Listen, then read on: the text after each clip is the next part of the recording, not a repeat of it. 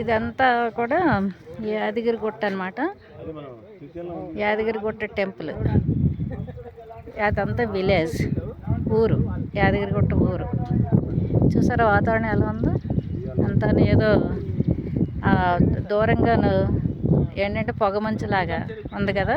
Actually ఇప్పుడు time 1 గంట అవుతుంది. ఇవి కాటేజెస్ అనమాట. ఈ కాటేజెస్ విఐపి కాటేజెస్ కట్టారు. యాక్చువల్లీ ఇదంతా కూడా డెవలప్ చేశారన్నమాట. ఈ విధంగా పైన ఇదంతా కొండ. ఇప్పుడు ఆ కార్లు అవన్నీ కూడా ఆ విధంగా వెళ్తాయి గుడిపైకి. కనిపిస్తుంది కదా, యాదగిరిగుట్ట పైకి ఆ విధంగా వెళ్తాయి. చూడండి, ఇది ఈ యాదగిరిగుట్ట అనేది హైదరాబాద్లో ఉందన్నమాట. హైదరాబాద్కి దగ్గరగాను ఒక 60 కిలోమీటర్ల దూరంలో ఉంటుంది హైదరాబాద్కి. ఇదంతా కూడా చాలా డెవలప్ చేస్తారు. పాత గుడిని అలా ఉంచి కొండ లోపల ఉంటాడు దేవుడు. అలా బయటికి ఇది చేసి చాలా బాగా డెవలప్ చేస్తారనమాట యాదగిరిగుట్ట. ఇదంతాను మీరు హైదరాబాద్ వచ్చి ప్రతి 10 మినిట్స్కి ఒక బస్సు ఉంటుంది యాదగిరిగుట్టకి.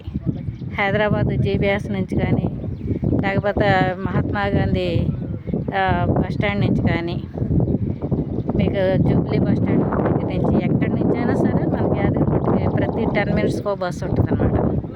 చూసారా టెంపుల్ ఇది. అదంతా విలేజ్. ఈ రోడ్ సైడ్ చాలా బాగా డెవలప్ చేశాడు. చూడండి,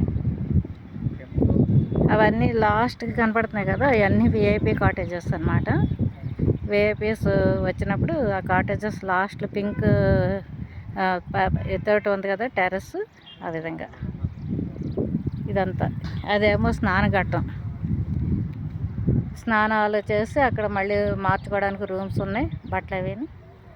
ఇదంతా కూడా చాలా బాగా డెవలప్ అయింది.